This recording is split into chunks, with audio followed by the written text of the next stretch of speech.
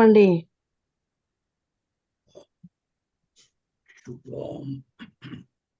శుక్లాంబరధరం విష్ణుం శిశువర్ణం చతుర్భుజం ప్రసన్నవదనం ధ్యాయేత్ సర్వవిఘ్నోపశాంతయే. అగజానన పద్మార్కం గజాననమహర్నిశం అనేకదంతం భక్తానాం ఏకదంతముపాస్మహే. వాగీశాద్యాస్సు మనసః సర్వార్థానాం ఉపక్రమే యన్నత్వా కృతకృత్యాస్యుః తన్నమామి గజాననం. శారదా శారదాంభోజవదనా వదనాంబుజే సర్వదా సర్వదాస్మాకం సన్నిధిం క్రియాత్. గురుర్బ్రహ్మా గురుర్విష్ణుః గురుర్దేవో మహేశ్వరः గురుః సాక్షాత్ పరం బ్రహ్మ తస్మై శ్రీ గురవే నమః.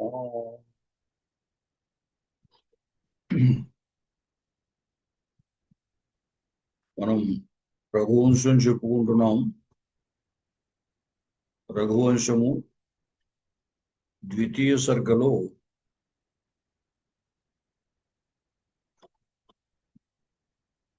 నందినీధేనువు దిలీపుని యొక్క భక్తి ప్రపత్తుల్ని పరీక్షిద్దామని అనుకుని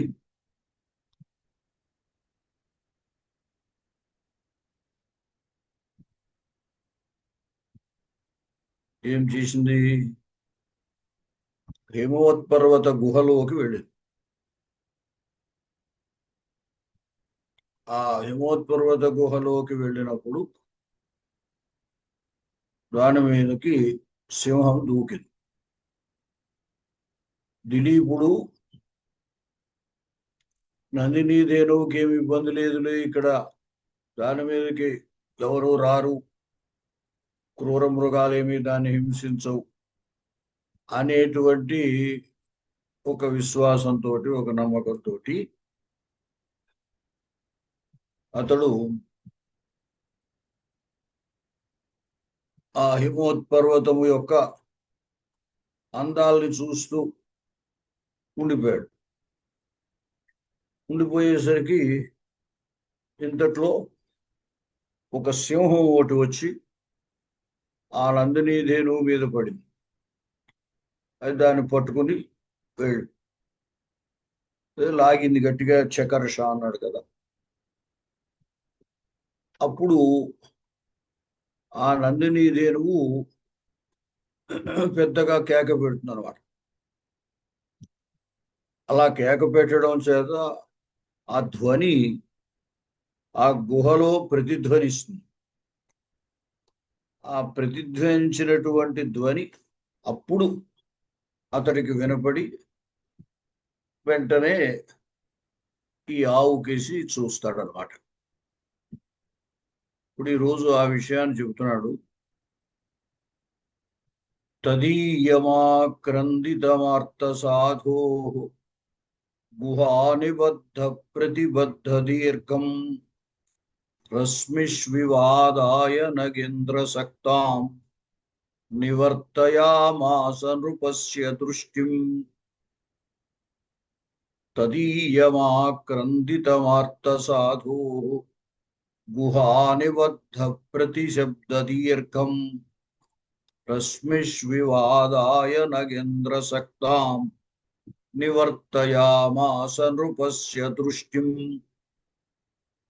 ఇంకోసారి ఇక్కడ సాధూర్గుహ అన్న చోట ఆ రేఫని విసర్గగా విడదీసుకోవాలి. తదీయమాక్రందితమార్త సాధో గుహానిబద్ధ ప్రతిశబ్దదీర్ఘం రశ్మిష్వివాదాయ నగేంద్రసక్తాం నివర్తయామాస నృపస్య దృష్టిం. ఎవరైనా పదచ్ఛేదం చెప్పండి దీనికి. పదచ్ఛేదం.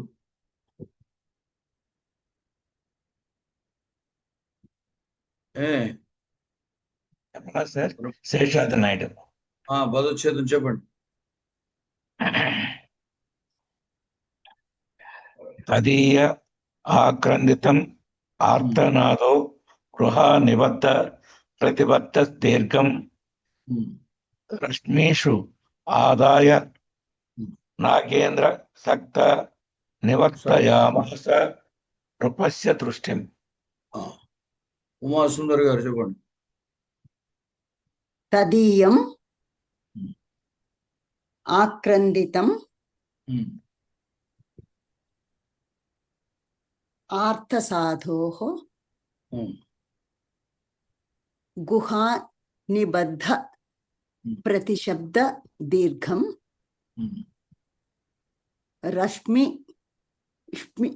రశ్మిష్వివాదాయ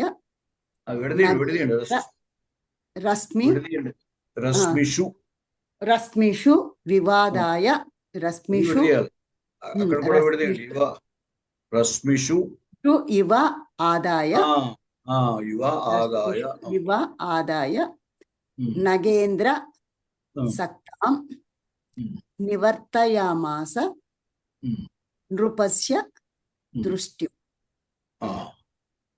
తదీయం ఆక్రందితం ఆర్తసాధోః గుహానిబద్ధ ప్రతిశబ్ద దీర్ఘం రశ్మిషు ఆదాయ నగేంద్ర సక్తాం నివర్తయామాస నృపస్య దృష్ట్యం. దీంట్లో క్రియాపదం ఏమిటి? నివర్తయామాస. నివర్తయామాస అది క్రియాపదం. ఈ నిజంత ధాతువు కానీ ఉండండి, కంగారు పడకండి సార్. నివర్తయామాస ఈ నిజంత ధాతువు అది. వృతువర్తనే అనే ధాతువుకి వర్తతే నివర్తతే, వర్తతే ఉంటున్నది, నివర్తతే అంటే నివర్తిస్తున్నది, మళ్ళుచున్నది, అదే వెనక్కి వెళుతోంది అని అర్థం. నివర్తనం, ప్రవర్తనము నివర్తనము అంటాం కదా. ప్రవర్తనం అంటే ముందుకి ప్రవర్తించడం, అంటే ఏదైనా కార్యంలోకి మనం ప్రవేశించడం, ప్రవర్తించడం. నివర్తించడం అంటే మన ఇంద్రియాలు వాటిలోకి వెళ్లకుండా వెనక్కి రావటం, అది నివర్తించడం. ఇక్కడ నివర్తయామాస ఇది పరోక్ష భూతకాలం అన్నమాట. ఆస అసధాతు, ఈ అసధాతువుకి ఆ భూతకాలము లిట్టులో ఆస ఆసతు ఆసు అవుతుంది. అయితే ఇది విడిగా అవదు. ఇలాగా ఈ నిజంత ధాతువుల మీద ప్రయోగించినప్పుడు మాత్రమే ఈ ఆస ఆసతు ఆసు అని ప్రయోగించాలి. నివర్తయామాస, నివర్తించను అంటే అది నివర్తించలేదు, నివర్తింపజేసింది అనమాట. నిజంతం ఎప్పుడు కూడా నిజు ప్రేరణార్థంలో వస్తూ ఉంటుంది సాధారణంగా. అంటే చురాదులు ధాతువులు ఉన్నాయి, ఆ చురాదులు ఒక్కదాంట్లోనూ నిచ్చు స్వార్థంలో వస్తుంది. అంటే ధాతువుకి ఏ అర్థమో నిచ్చు వచ్చినా అదే అర్థం, మార్పే ఉండదు. అంచేతే చోరయతి, కథయతి, గణయతి అనేవి చురాది ధాతువులు, అక్కడ నిచ్చుంటుంది.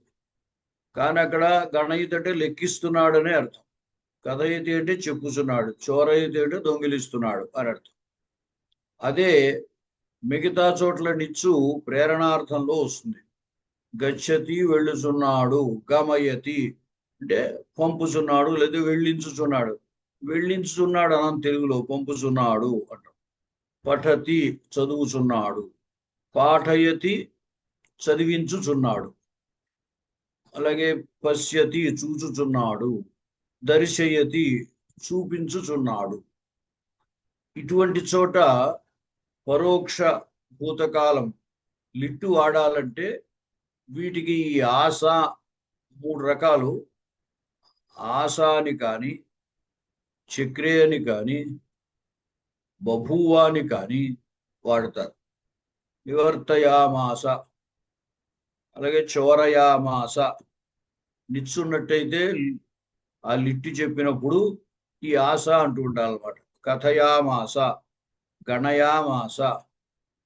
అలాగే ఎవరినైనా పంపించాడు, గమయామాస చదివించాడు, పాఠయామాస పాఠయతి వర్తమానం, పాఠయామాస చదివించాడు భూతకాలం. అంచేది గుర్తుపెట్టుకోవాల్సింది ఏమిటంటే ఈ నిజంతం మీద ఆము ఆస ఆమాస అది వస్తూ ఉంటుంది అనమాట. కొన్ని చోట్ల బభూవ నివర్తయాం బభూవ, కొన్ని చోట్ల చక్రే నివర్తయాం చక్రే. ఆ మూడిటికి కూడా వ్యాకరణ అనుమతి ఉందన్నమాట. ఈ ఆమ్ అనేది వచ్చి తర్వాత దాని మీద ఆశ బభూవ చక్రే అనేవి వాడుతూ ఉంటారు. సరే, ఇంతకీ ఇప్పుడు ఏమిటి ఇక్కడ? నివర్తయామాస అంటే నివర్తించను, వెనక్కి మళ్ళించను అని అర్థం. కహా నివర్తయామాస ఎవరు మళ్ళించారు. కం నివర్తయామాస ఎవరిని మళ్ళించారు. ఇప్పుడు మనకి ఎవరో తెలియనప్పుడు కహా అని అడుగుతాం. చూడండి, ఎవరైనా ఇంటికి వచ్చి తలుపు కొట్టారనుకోండి, పూర్వకాలంలో ఇప్పుడు అంటే కాలింగ్ బెల్ ఉన్నాయనుకోండి, తలుపు కొడితే ఎవరు అంటాం. ఆ వచ్చిన వాళ్ళు ఒకళ్ళు అవ్వచ్చు, ఇద్దరు అవ్వచ్చు, ఆడవాళ్ళు అవ్వచ్చు, మగవాళ్ళు అవ్వచ్చు, మనకి ఎవరో తెలియదు. తెలియనప్పుడు ఏం చేస్తాం? ఎవరు అని అంటాం. తెలిస్తే పురుషుడైతే ఎవడు అని, ఆమె స్త్రీ అయితే ఎవత్తి అని, ఎవతే అని, ఏమిటి అని, ఇలా రకరకాలుగా అనొచ్చు. కానీ తెలియనప్పుడు ఏం చేస్తాం? వచ్చిన వాళ్ళు ఎవరున్నారు అనే ఉద్దేశంతో ఎవరు అంటాం. అలాగే ఇప్పుడు ప్రశ్న వేసేటప్పుడు మనకి సమాధానం తెలియనప్పుడు ఏం చేస్తామంటే కహా నివర్తయామాస ఎవరు నివర్తించారు అని ఉండాలి. ఎప్పుడు కూడా ప్రశ్న సమాధానం ఎవరు నివర్తించారు అని అడిగితే సమాధానము ఏ విభక్తిలో ఉంటుంది? ప్రథమా విభక్తిలో. ప్రథమా విభక్తిలో ఉంటుంది, అంతే కదా. కహా నివర్తయామాస ఎవరు నివర్తించారు, ఎవరు మళ్ళించారు, దేనిని మళ్ళించారు. రెండు మనకి ప్రధానంగా క్రియని ప్రశ్నించేటప్పుడు ఈ రెండు ముందు సమాధానం వచ్చేస్తే మిగతావన్నీ తర్వాత తెలుసుకోవచ్చు అనమాట.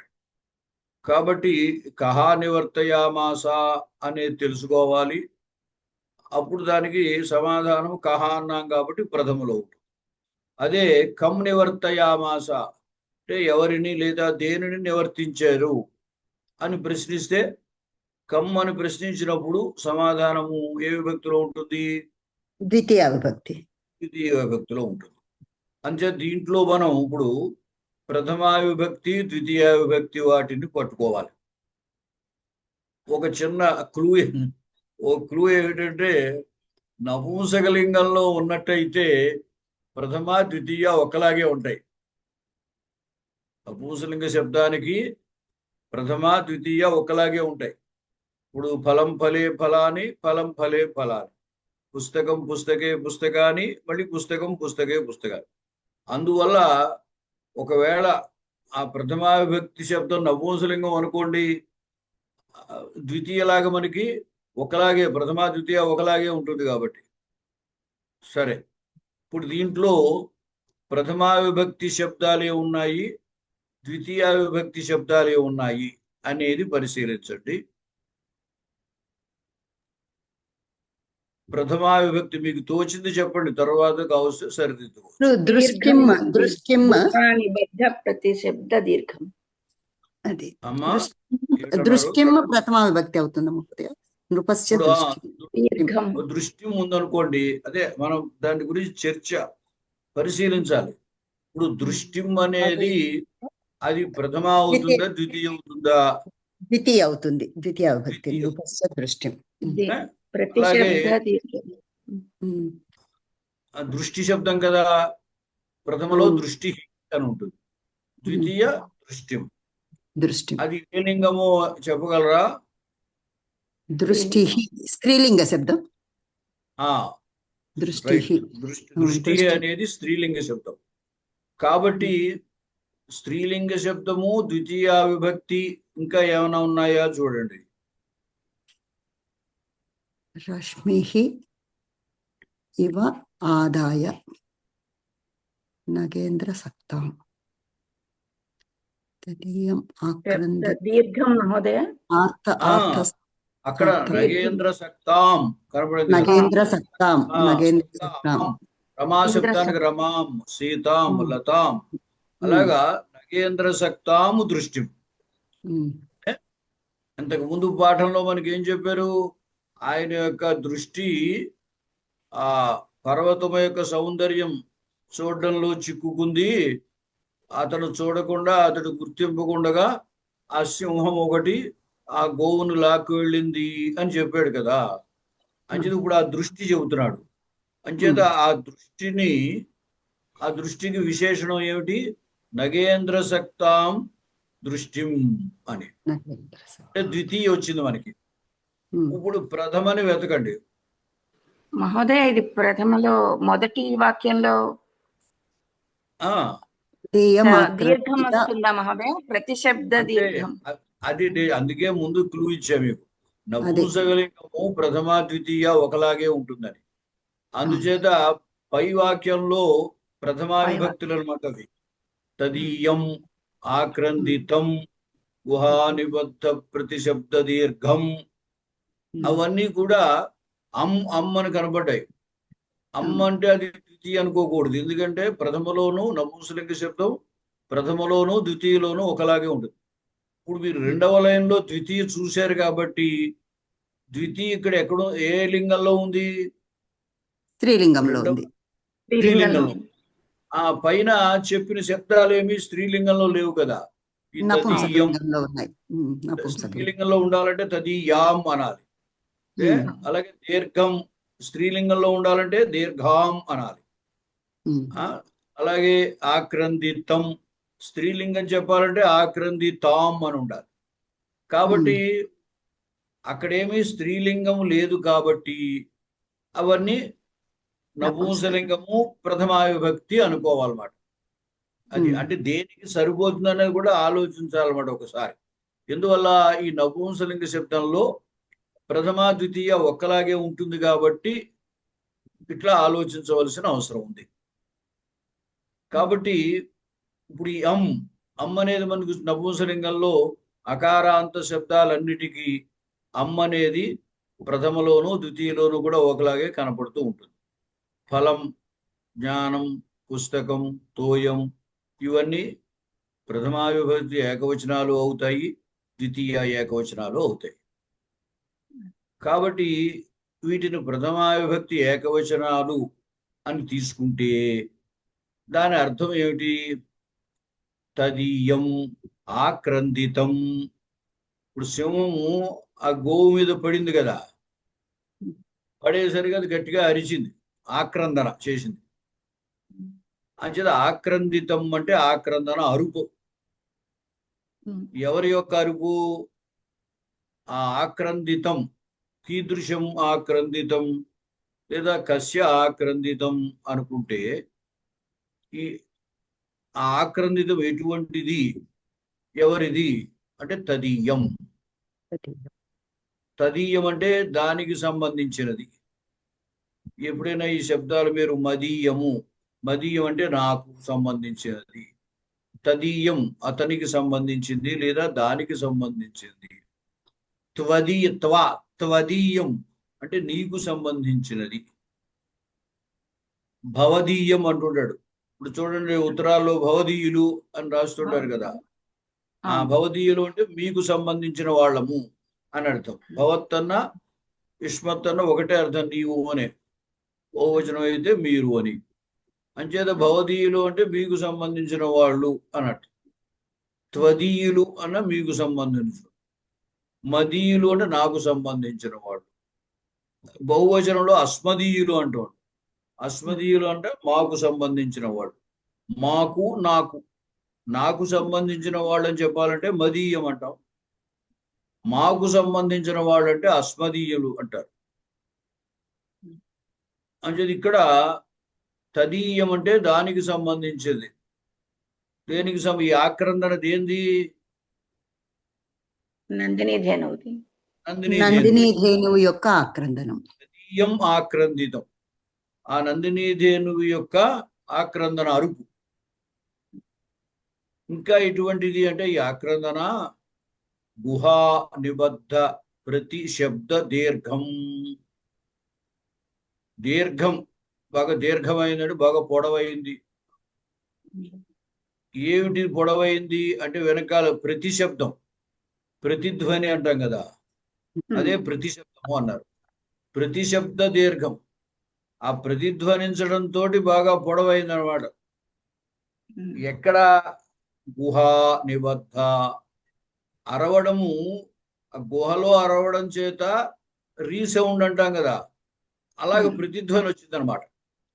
ఎప్పుడు కూడా ధ్వని కంటే ప్రతిధ్వని కొంచెం పొడవుగా ఉంటుంది, దీర్ఘంగా ఉంటుంది. మనం ఎప్పుడైనా ఎవరైనా పిలిచినప్పుడు అక్కడ ప్రతిధ్వని వస్తే మన మాటలకి ఎంత సమయం పడుతుందో ఆ ఉచ్చరించిన మాటకి అంతకంటే కొంచెం ఎక్కువ సమయం ప్రతిధ్వనికి ఉంటుంది. మనం ఒక అరసెకండ్లో మాట్లాడితే ఇంకో అరసెకండ్ ఎక్కువగా ఆ దీర్ఘం ఉంటుంది అనమాట. అందుచేత ఏమిటన్నారు, గుహ చేత నిబద్ధమైంది ఆ నిబద్ధమైన ప్రతిధ్వని. ఆ గుహలో అరవడం వల్ల ప్రతిధ్వని వచ్చింది. మామూలుగా బాహ్యంగా ప్రదేశంలో అరిస్తే ప్రతిధ్వని రాకపోవచ్చు. అంచేత గుహ చేత నిబద్ధమైన ప్రతిధ్వని, ఆ ప్రతిధ్వని చేత దీర్ఘమైంది. అలా దీర్ఘమైంది ఏమిటంటే అరుపు అన్నమాట. గుహా నిబద్ధ ప్రతిశబ్ద దీర్ఘం తదీయం ఆక్రందితం. ఆ ఆక్రందనం ఏం చేసింది, నగేంద్ర సక్తాము దృష్టిం నివర్తయామాస. అంతవరకు ఆ పర్వతం యొక్క సౌందర్యాన్ని చూడడం కోసం ఆ పర్వతమునందే లగ్నమైనటువంటి దృష్టిని మళ్లించింది. ఈ దృష్టి ఎవరిది, నృపస్య నృపస్య, రాజు అయిన దిలీపుడు. కాబట్టి నృపస్య నగేంద్ర సక్తాం దృష్టిం నివర్తయామాస అన్నమాట. ఎలాగా అంటే దానికి ఇవ అన్నారు. ఇవ అంటే కిమివ, కమివ, దేనిలాగా, ఉపమానం. రశ్మిషు ఆదాయ ఇవ. రశ్మి అంటే కళ్యం అని అర్థం. మామూలుగా రశ్మి అంటే కిరణాలను కూడా అర్థం. సూర్యరశ్మి అంటాం, సూర్యుని యొక్క కిరణాలకి సూర్యరశ్మి అని పేరు. ఇక్కడ రశ్మి అంటే కళ్యము అని అర్థం. అంటే కళ్యం పట్టి లాగినట్టుగా. ఇప్పుడు కళ్యం పట్టి లాగడం ఎప్పుడు జరుగుతుందంటే, ఆ గుర్రం ఏమో పక్కకి వెళ్ళిపోతుంది అనుకోండి, పక్కకి వెళ్ళిపోతుంటే వాడు దాన్ని అదుపు చేస్తాడు. ఆ గుర్రం తోలేటువంటి వాడు ఆ గుర్రాన్ని అదుపు చేయడానికి ఏం చేస్తారు, ఆ కళ్యం పట్టుకు లాగుతాడు. అప్పుడు అది అటు వెళ్లకుండా వాళ్ళు తిన్నగా వెళ్ళి పక్కకి వెళ్లకుండా. అలాగే ఇక్కడ ఏమైందంటే, ఇంతవరకు ఆ హిమోత్పర్వతము యొక్క ఆ సౌందర్యాన్ని చూస్తూ ఉన్నాడు. అంచేత ఆ రాజు యొక్క దృష్టి పర్వతమునందు లగ్నమై ఉందన్నమాట, సక్తమై. సక్తం అంటే ఆ చిక్కుకోవడం అనమాట. నగేంద్ర సక్తాం అంటే ఆ హిమోత్పర్వతమునందు చిక్కుకున్నటువంటి ఆ రాజు యొక్క దృష్టి అన్నమాట. ఆ రాజు యొక్క దృష్టిని ఈ ఆర్తనాదం, ఆవు చేసినటువంటి ఆర్తనాదం, అది కూడా గుహలో చేయడం వల్ల బాగా ప్రతిధ్వనించడం చేత బాగా పెద్దదిగా అయిందనమాట. ఆ ఆర్తనాదం ఏం చేసింది, అతని దృష్టిని మళ్లించింది అనమాట. ఆ మళ్లించడం అనేది ఎలా ఉంది అంటే, రశ్మిషు ఆదాయ ఇవ అంటే కళ్యం పట్టి లాగినట్టుగా. ఈ కళ్యం పట్టడము అంటాం కదా, తెలుగులో అయితే కళ్యమును పట్టుట అని అంటాం అనుకోండి. ఇక్కడ సంస్కృతంలో ఇటువంటి చోట సప్తమి వాడతారు.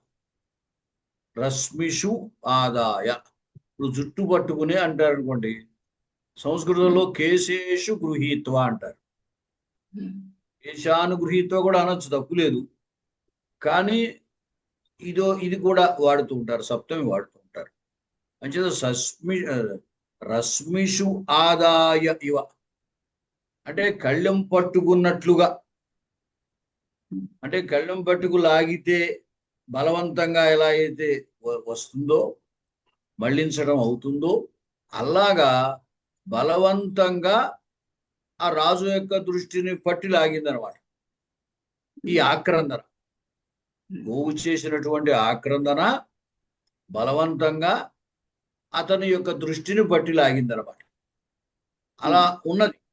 ఆ విధంగా పట్టి లాగినట్లుగా మళ్లించింది. అంటే బలవంతంగా మళ్లించినట్టుగా అనిపిస్తుంది అనమాట. అనుకోలేదు కదా మరి, ఇది ఊహించలేదు. అంచేత అంతవరకు అతని దృశ్యమో హిమోత్పర్వతం మీద ఉంది. ఈ ఆర్తనాదం ఒక్కసారి అయ్యేసరికి ఏమైంది, ఏదైనా దేంట్లోనైనా చిక్కుకున్నది తీయడం అనేది మనం తీయాలి అనుకుంటే జాగ్రత్తగా మెల్లిగా తీస్తాం, అనుకోకుండా అన్నప్పుడు గట్టిగా లాగుతారు. అలాగే ఇక్కడ కూడా ఏమిటంటే ఆ ఆక్రందన అతని దృష్టిని బలవంతంగా లాగినట్లుగా మళ్లించింది అని చెప్పాడు. ఇంకొకసారి చూడండి. ఇప్పుడు ఇంతకీ పైన అవన్నీ నపుంసలింగము ప్రథమ ఏకవచనాలు అన్నమాట. ఇంకొక పదం మధ్యలో మొదటి లైన్లో ఆక్రందితం తర్వాత ఆర్త సాధో అని ఉంది. ఆర్త సాధో ఏ విభక్తి అవుతుంది? అర్థసాధో సాధు శబ్దానికి షష్ఠీ ఏకవచనం సాధో.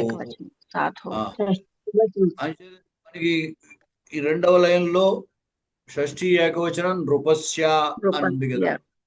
అంచేత ఆర్త సాధో నృపస్య దృష్టిం అన్నమాట.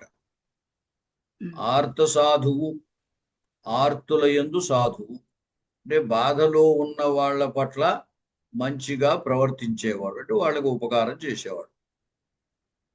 ఆర్త, దుఃఖార్త, అన్నార్త, క్షుధార్త అని వాడుతుంటారు.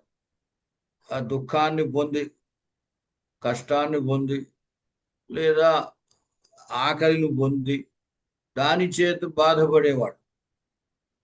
అంచేది ఇక్కడ ఏమిటంటే ఇంకా ఆర్త సాధు అన్నాడు. వెనకాల దేనివల్ల ఆర్తుడో చెప్పలేదు. ఇక్కడ సింహం మీద పడింది కదా. అంటే సింహం వల్ల ఆ గోవు బాధపడుతోంది అనమాట. అలా బాధపడే వాళ్ళ పట్ల మంచిగా ప్రవర్తించేవాడు, హితంగా వాళ్ళకి మంచిని కలగజేసేడు, ఉపకారం చేసేవాడు అనమాట. అంచేత ఆర్త సాధో నృపస్య దృష్టిం. ఆ దృష్టికి విశేషణం నగేంద్ర సక్త. అంచేత ఆర్త సాధో నగేంద్ర సక్తాం నృపస్య దృష్టిం. లేదా ఈ ద్వితీయ ఆ ద్వితీయతో కలిపి ఆర్త సాధో నృపస్య నగేంద్ర సక్తాం దృష్టిం. ఆర్త సాధువైన అంటే బాధలో ఉన్న వారికి మంచి చేసేటువంటి నృపస్య రాజు యొక్క నగేంద్ర సక్తాం దృష్టిం అంటే ఆ హిమోత్పర్వతంలో చిక్కుకున్నటువంటి దృష్టిని రశ్మిషు ఆదాయ ఇవ అంటే కళ్ళెం పట్టుకుని లాగినట్లుగా నివర్తయామాస మళ్లించను అని అర్థం.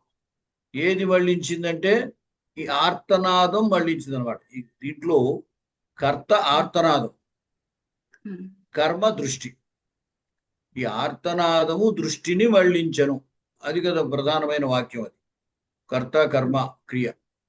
ఆర్తనాదము ఆక్రందితం, ఆర్తనాదము దృష్టిం దృష్టిని నివర్తయామాస మళ్లించను.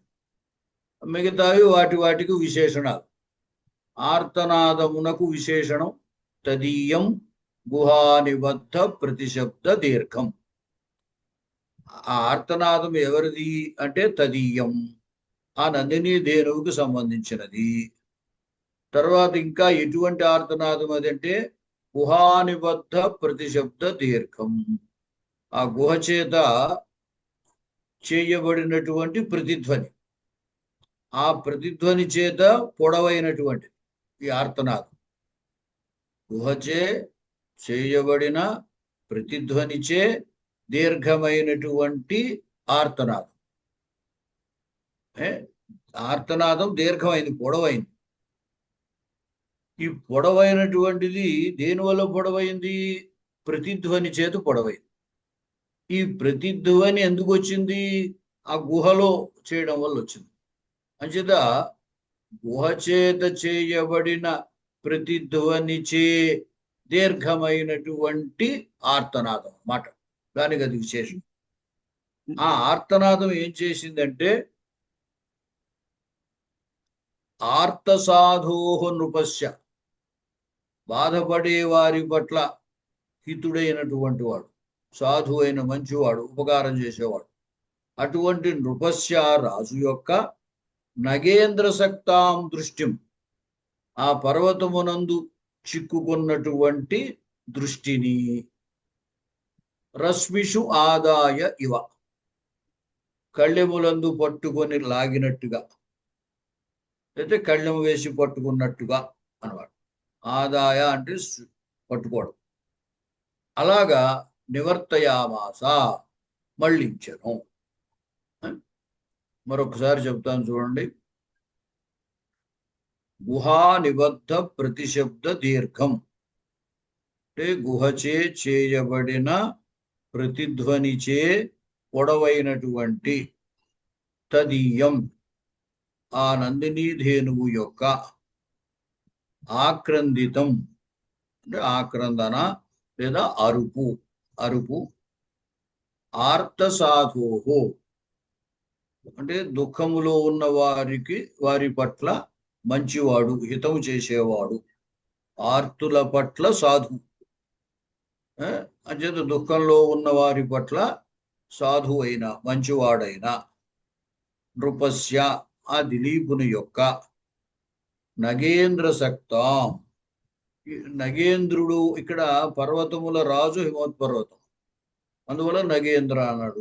అంటే పర్వతములో చిక్కుకున్న, హిమవత్ పర్వతం కాబట్టి హిమవత్ పర్వతములో చిక్కుకున్న దృష్టిం చూపును, దృష్టిని రశ్మిషు ఆదాయ ఇవ అంటే కళ్ళెము పట్టి లాగినట్లుగా, రశ్మిషు కళ్ళెములందు, కొన్ని తెలుగులో కళ్ళెమును అన్నా పర్వాలేదు, కళ్ళెములను ఆదాయ ఇవ పట్టినట్లుగా, పట్టి లాగినట్లుగా అన్నమాట. ఆదాయం అంటే గ్రహించడం, పట్టినట్లుగా. నివర్తయామాస మళ్ళించెను, నివర్తింపజేశను. తనంతట తాను నివర్తిస్తే నివర్తించను అంటాం. ఇక్కడ నివర్తింపచేయడం, ఆ నివర్తింపచేయడం అనే మాట తెలుగులో అంత బాగుండదు కాబట్టి తెలుగులో మళ్ళించడం అనే మాట వాడతారు. కాబట్టి నివర్తయామాస అంటే మళ్ళించను, అతడి దృష్టిని మళ్ళించింది.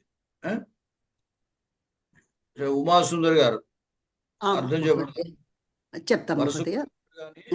ఈ చేతులు ఎత్తిన వాళ్ళంతా వరుసకు చెబుతున్నారు కానీ ఒకళ్ళ తర్వాత ఒకళ్ళు. ఉమాసుందర్ గారు చెప్పండి.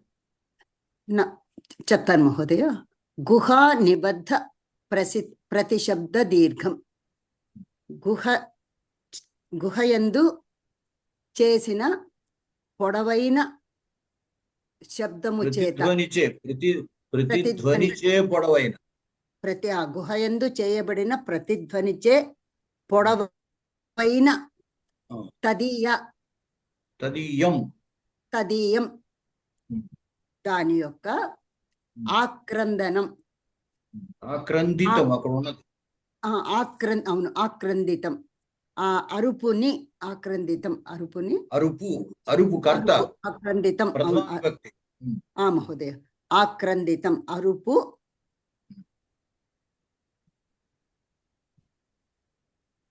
తర్వాత పదమే ఆర్తసాధో. ఆర్తసాధ ఆర్తుల పట్ల సాధువు అంటే మంచి చేసేవాడు, మంచివాడైనటువంటి నృపస్య రాజు యొక్క నగేంద్ర సక్తాం పర్వతమును చూచుట యందు దృష్టి ఉన్నటువంటి అంత అలా కదా అక్కడ ఆసక్తి నగేంద్ర సక్తాం పర్వతమునందు లగ్నమైన లేదా చిక్కుకున్న పర్వతమునందు చిక్కుకున్న లగ్నమైన దృష్టిని నివర్తయామాస నివర్తించే రశ్మిషు ఇవ ఆదాయ కళ్ళెములను పట్టుకొని లాగినట్లుగా నివర్తయామాస నివర్తింప చేసెను మళ్ళించను మళ్ళించు అదేనా ఒకటే. నెక్స్ట్ లలితవాణి గారు. నమస్కారం గురుగారు. గుహా నిబద్ధ ప్రతిశబ్ద దీర్ఘం. గుహయందు ప్రతిధ్వనించబడిన పొడవైన శబ్దము ప్రతిధ్వని చేత పొడవైన తదీయం ఆ నందిని ధేనువు యొక్క ఆక్రందితం అరుపు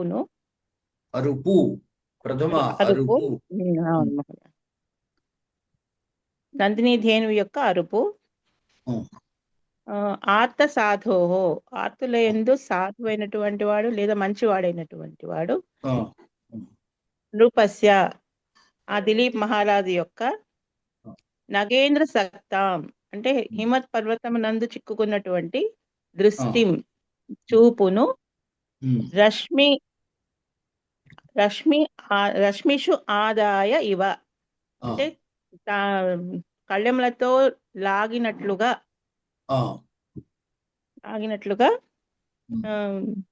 నివర్తయామాస అంటే మళ్ళించెను, చూపును మళ్ళించెను. ధన్యవాదాలు. అనంతలక్ష్మి.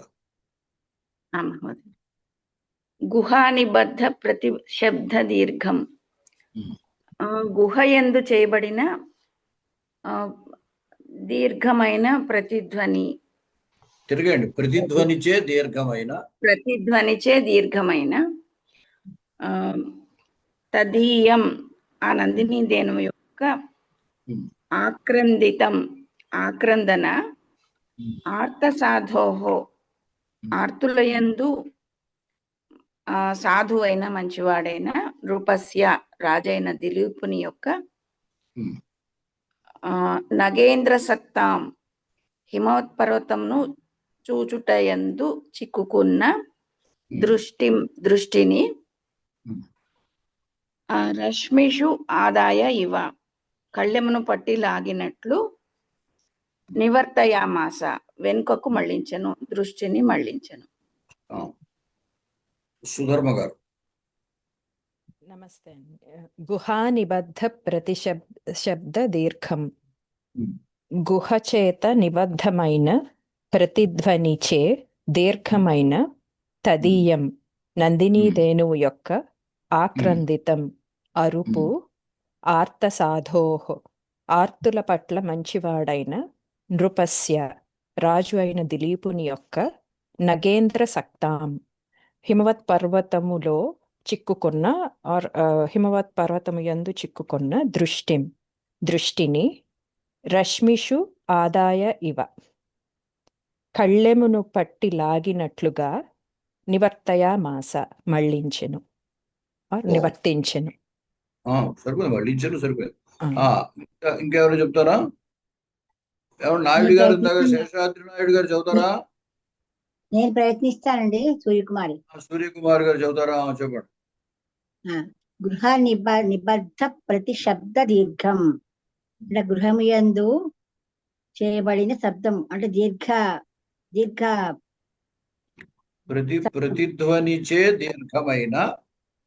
ప్రతిధ్వనిచే దీర్ఘమైన తదీయం ఆ ధేనువు యొక్క ఆక్రందిత అంటే నందిని యొక్క అరుపు ఆక్రందన ఆర్త సాధోహో అంటే ఆర్తులయందు సాధకులు అయిన మంచివాడైన నృపస్య అంటే రాజైన దిలీపుని యొక్క నగేంద్ర సత్తాం అంటే పర్వతమునందు చిక్కుకున్న రశ్మిషు ఆదాయ చిక్కుకున్న దృష్టి దృష్టిం. దృష్టిం దృష్టిం దృష్టిం అంటే దృష్టిని. రశ్మిషు ఆదాయ అంటే కళ్ళెమును లాగినట్లు. కళ్ళెము పట్టి లాగినట్లు. కళ్ళెము పట్టి లాగినట్లు. నివర్తయామాస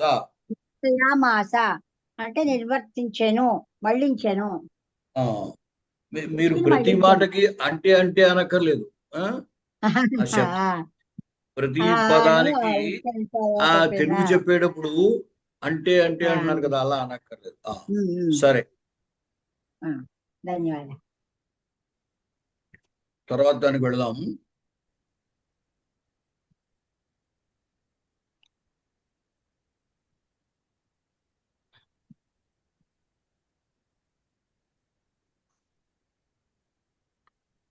ఇంతకు ముందు ఈ శ్లోకం ఎన్నో శ్లోకం? ఎన్నో శ్లోకము అక్కడ నెంబర్ ఇచ్చే ఉంటే 28 అనుకుంటా. 28 27 27 28 28 ఒకసారి ఇంతకు ముందు కొన్ని సంధులు చెప్పాను మీకు. దాంట్లో యణాదేశ సంధి, అయవాయావాదేశ సంధి, సవర్ణ దీర్ఘ సంధి, గుణ సంధి, వృద్ధి సంధి, తర్వాత విసర్గ రేఫగా ఎక్కడెక్కడ మారుతుందో అంటే విసర్గకు ఒక విధంగా రేఫాదేశ సంధి, అలాగే విసర్గ దగ్గర ఉకారం వచ్చేటువంటి సంధి, అవి చెప్పడం జరిగింది. ఇవి చెప్పానా? ఇప్పుడు మనోరథ, దాసోహం, శివోహం అవి చెప్పానా? ఏమండి చెప్పారండి. అది అంటే గమ్మునే ఒకవేళ, ఎందుకంటే నేను 2-3 గ్రూపుల్లో చెప్పడం చేత ఎవరికి చెప్పానో ఎవరికి చెప్పలేదో ఇబ్బంది వస్తూ ఉంటుంది. మహోదయ దాసోహం శివోహం చెప్పలేదు మహోదయ. చెప్పలేదా? చెప్పలేదు మహోదయ మాకు. అయితే వృద్ధి సంధి, గుణ సంధి చెప్పానా? చెప్పారు మహోదయ. మరి విసర్గకి రేఫాదేశం రావడం చెప్పానా? చెప్పారు గురుగారు. నేర్చుకున్నామండి. విసర్గకి రేఫాదేశం చెప్పారు. అప్పుడే తర్వాత కూడా ఈ ఉకారం రావడం కూడా చెప్పుకుంటారేమో, చూస్తానులేండి ఒకవేళ. లేకపోతే ఇంకో పాఠంలో చెప్తాను. ఈసారి చూడండి, ఇక్కడ శ్చుత్వ సంధి, ష్టుత్వ సంధి, ఈ రెండు హల్ సంధులు, హల్లులకు వచ్చే సంధి. హల్లుకి హల్లే వస్తూ ఉంటుంది. సాధారణంగా అచ్చుకి అచ్చు పరంగా ఉన్నప్పుడు వచ్చే సంధులని అచ్చుసంధులు అంటాం. ఇప్పుడు అక్కడ యణాదేశము కానీ, యణాదేశము అచ్చుగా అచ్చుపరంగా ఉండగా వచ్చేది. అలాగే అయవాయాదేశము అచ్చుగా అచ్చుపరంగా ఉండగా వస్తుంది. గుణసంధి, వృద్ధి సంధి, అవన్నీ ఒక అచ్చుకు వేరొక అచ్చు పరంగా ఉన్నప్పుడు వచ్చే సంధులు. అందువల్ల వాటికి అచ్చుసంధులు అని పేరు. విసర్గకి వచ్చే మార్పులన్నిటినీ మనం విసర్గ సంధి అని అంటున్నాం. అంటే విసర్గ రేఫగా మారడం, విసర్గ ఉకారంగా మారడం, విసర్గ సకారంగా మారడం, ఇలా రకరకాలు ఉన్నాయి. విసర్గ ఉకారం రావటం, అవన్నీ విసర్గ పొందే మార్పులు. వాటన్నిటినీ విసర్గ సంధి అని చెబుతుంటాం. ఇక్కడ హల్లుకి హల్లే పరంగా ఉన్నప్పుడు వచ్చే మార్పు అన్నమాట. ఇవి 2 రకాల సంధులు. ఇవి ష్టుత్వ సంధి, ష్టుత్వ సంధి. అంటే ఇవి చాలా దగ్గరగా ఉంటాయి కాబట్టి ఈ 2 సంధుల్ని ఒకసారి చెప్తుంటారు. ఇక్కడ ఏమిటంటే ష్టుత్వ సంధిలో స్తోహశ్చునాశ్చు, సంస్కృత పాణినీయ వ్యాకరణంలో సూత్రం అది. స్తోహ శ్చునాహ శ్చు. దానికి అర్థము సకార తవర్గయో శకార చవర్గాభ్యాం యోగే శకార చవర్గౌ స్తః. సకార తవర్గయోః షకార చవర్గాభ్యాం యోగే షకార చవర్గౌ స్తః. దీనికి స్తోహో శ్చుహు సూత్రములో పైన స్తోహో అంటే సకార తవర్గలకు వర్గ అంతని చెప్పడానికి మొదటి అక్షరానికి ఉకారం చేర్చి చెబితే మొత్తం వర్గంతా చెప్పినట్టు లెక్క అన్నమాట. ఇక్కడ తో అంటే తు, తు అంటే తవర్గ, చు చు అంటే చవర్గ. మొత్తం వ్యాకరణంలో పాణిని వ్యాకరణంలో అన్ని చోట్ల వర్గంతా చెప్పేటప్పుడు అలాగే నిర్దేశం చేస్తారు. కుహు అంటే కవర్గ. ఇప్పుడు కొన్ని చోట్ల చోహు కుహు అని సూత్రం ఉంటుంది, అంటే చవర్గకు కవర్గ వస్తుంది అని అర్థం అన్నమాట. అలాగే ఇక్కడ స్తోహో సకారము తవర్గ, ఈ సకార తవర్గలకు శ్చుహు షకార చవర్గలు వస్తాయి అని అర్థం. ఆ వరుస చూడాలి. సకారము తవర్గ, సకారము తవర్గ అంటే తా దా ధా న 5 అక్షరాలు. సకారము తా దా ధా న, వీటికి షకారము చవర్గలు. చవర్గ అంటే చా ఛా జా ఝా యా. మనం తెలుగులో నేర్చుకునేటప్పుడు చిన్నప్పుడు మనకి ఇణి ఇణ్య ఇణి అని నేర్పేవారు. వస్తుతః అలా పలకూడదు. కాఖా గాఘా ంగ చా ఛా జా ఝా యా అని పలకాలి. అంటే చా ఛా జా ఝా యా 5 అక్షరాలు. ముందు షకారం అంటే 6 అక్షరాలు. షకారము చవర్గ 5 అక్షరాలు. పైన సకారము తవర్గ 5 అక్షరాలు. అంచేత ఆ 6 అక్షరాలకి ఈ 6 అక్షరాలు వస్తాయన్నమాట. సకారానికి షకారమే వస్తుంది. అలాగే తవర్గ వరుసకు లైను. తవర్గలో 1 2 3 4 5 వర్ణాలు ఉన్నాయి కదా, వాటికి చవర్గలో 5 వర్ణాలు వరుసకు వస్తాయి. అంటే తకారం ఉంటే చకారం వస్తుంది, ఠకారం ఉంటే చకారం వస్తుంది. ఆ విధంగా మనం అన్వయించుకోవాలన్నమాట. ఏదో దకారం ఉంటే జకారం వస్తుంది. దా నా చివర నకారం, నకారం ఉంటే ఈ చవర్గలో పంచమాక్షరం యా అది వస్తుంది అనమాట. ఆ విధంగా అర్థం చేసుకోవాలి. సకార తవర్గలకు షకార చవర్గలు వస్తాయి. ఎప్పుడు వస్తాయి అంటే ఆ షకార చవర్గలతో యోగే కలయిక ఏర్పడినప్పుడు. ఇక్కడ విశేషం ఏమిటంటే సాధారణంగా పైన మనకి చెప్పిన చోట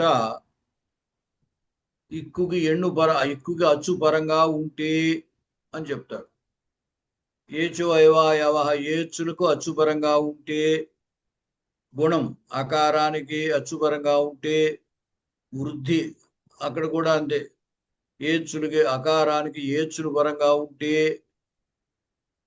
అక్కడ చెప్పిన సంధులన్నిటిలో కూడా ఒక అక్షరానికి మరో అక్షరం పరంగా ఉంటే అని చెప్తారు. ఇక్కడ మాత్రము ఈ రెండిట్లోనూ విశేషం ఏమిటంటే పరంగా ఉంటే అని చెప్పలేదు. పరంగా ఉంటే అని చెప్పాలంటే దానికి నిమిత్తమునకు సప్తమి విభక్తి వాడతారు. ఇకో ఎణచి ఇక ఎణ్ అచి అచి అచ్చు పరంగా ఉంటే అని అర్థం. సప్తమి అనమాట అది. అలాగే మనకి వృద్ధి రేచి వృద్ధి ఏచి ఏచ్చు పరంగా ఉన్నప్పుడు అని అర్థం చెబుతాం. అంటే సప్తమి విభక్తి వాడతారు పరంగా ఉంటే అని చెప్పాలంటే. ఇక్కడ సప్తమి విభక్తి వాడలేదు, శ్చునా అని తృతీయ వాడారు. తృతీయ వాడడం వల్ల ఏమవుతుందంటే చేతాచే తోడాతో కదా తృతీయ అంటే. అంచేత షకార చవర్గములతో కలిస్తే అని అర్థం. సకార తవర్గలకి షకార చవర్గలు వస్తాయి. ఎప్పుడు వస్తాయంటే షకార చవర్గలతో కలిస్తే అని. పరంగా ఉండడానికి కలవడానికి తేడా. పరంగా ఉండడము అంటే ఆ సకార తవర్గలకి అవతల పరంగా షకార చవర్గలు ఉండాలి. పరంగా ఉండడం అనకుండగా కలిస్తే అనడం వల్ల అంటే దానికి ముందైనా ఉండొచ్చు తర్వాతైనా ఉండొచ్చు. పరంగా ఉండడం అనలేదు ఇక్కడ. షకార చవర్గలతో యోగం ఉంటే, కలయిక ఉంటే అన్నాడు. అందువల్ల మనకి ఉదాహరణల్లో ఈ సకార తవర్గలకు తర్వాతే షకార చవర్గలు ఉండక్కర్లేదు. సకార తవర్గలకు ముందు షకార చవర్గలు ఉన్నా సరే ఈశ్చుత్వం వస్తుంది అనమాట. అది దాని యొక్క అభిప్రాయం. సకార తవర్గయో షకార చవర్గాభ్యాం యోగే షకార చవర్గౌ స్తః రామః సేతే. అంటే మనకి వాక్యంలో ప్రయోగంలో రామః అని కనబడుతుంది. వస్తుతః అక్కడ ఆ విసర్గ సుప్రత్యయ స్థానంలో ప్రథమా విభక్తి సు అనే ప్రత్యయం. అందువల్ల రామస్సు సేతే అక్కడ విసర్గ రాకముందే ఈ సకారానికి షకారం వచ్చేస్తుంది. అయితే మనం నేర్చుకునేటప్పుడు ఎలా చెబుతుంటారంటే రామః సేతే అని ఉంటే ఆ విసర్గకు షకారం వస్తుంది అని చెబుతారు. కానీ వస్తుతః జరిగేది అలా కాదు. రామస్ అనే ఉన్న అవస్థలోనే, ఆ దశలోనే సకారానికి అవతల చేతే షకారం ఉన్నప్పుడు సకార స్థానంలో షకారం వచ్చేస్తుంది. రామశ్చేతే అవుతుంది. అయితే రామస్ అనే పదం మనకి ఎక్కడ ప్రయోగంలో కనపడదు. రామః అనే పదం కనపడుతుంది. కానీ అంచేత మనకి పరిచయమైన పదం రామః కాబట్టి దానికి చేతే పరంగా ఉంది. ఉన్నప్పుడు సంధి ఎలా జరుగుతుంది అంటే ఆ విసర్గకే షకారం వచ్చింది అని అనుకోవాలన్నమాట. కానీ వస్తుతః విసర్గకు షకారం రాదు, సకారానికి షకారం వస్తుంది. ఈ సకారమునకు షకారముతో యోగం ఉంది, కలయిక ఉంది. ఉన్నప్పుడు సకార స్థానంలో షకారం వస్తుంది అన్నమాట. రామశ్చేతే. అలాగే ఏమైనా ఇంటర్నెట్ ఇబ్బంది పెట్టేటట్లుగా ఉంది. సరే వినండి, పెట్టేదాకాను. పెడితే మళ్ళీ చూద్దాం. తర్వాత రామస్ చినోతి, ఇది కూడా అంతే. రామః చినోతి. ఇక్కడ రామస్ సకారం, దీనికి చవర్గతో కలయిక ఏర్పడు. పైన షకార చవర్గలలో దేనితో కలయిక ఏర్పడినా పర్వాలేదు, వచ్చేది మాత్రము సకారానికి షకారమే, తవర్గకు చవర్గే. అందువల్ల ఇక్కడ సకారానికి రావటం షకారమే వస్తుంది, కానీ కలయిక మాత్రం చవర్గతో ఏర్పడింది. అంటే షకార చవర్గలతో యోగము అంటే షకార చవర్గల్లో ఏ వర్ణముతో అయినా యోగం ఉండొచ్చు, కలయిక ఉండొచ్చు.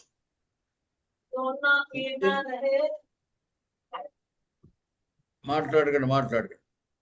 ఇప్పుడు ఎప్పుడు కూడా సూత్రాలు, విధి సూత్రములు అంటాం వీటిని. విధి సూత్రములు అంటే పరనాదానికి పరనాద వస్తుంది, ఇక్కుకు ఎండు వస్తుంది, ఏదో అకారానికి పలానా పరంగా ఉంటే గుణం వస్తుంది, ఇలాగే చెబుతారు. ఈ చెప్పే వాటన్నిటిని విధి సూత్రములు అంటారు. విధి సూత్రముల్లో ఏమిటంటే ఉద్దేశ్యము, విధేయము ఉంటాయి. ఒకదాన్ని ఉద్దేశించి మరొక దాన్ని చెబుతాడు.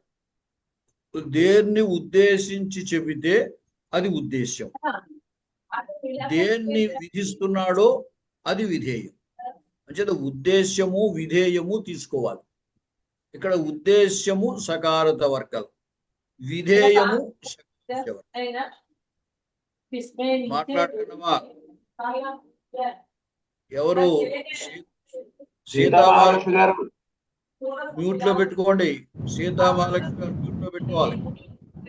మీ మాటలన్నీ ఇక్కడ కనపడుతున్నాయి. శిరీష మేడం మీరు మ్యూట్ చేయండి. శిరీష మేడం, సీతామహాలక్ష్మి గారు మ్యూట్ లో పెట్టండి.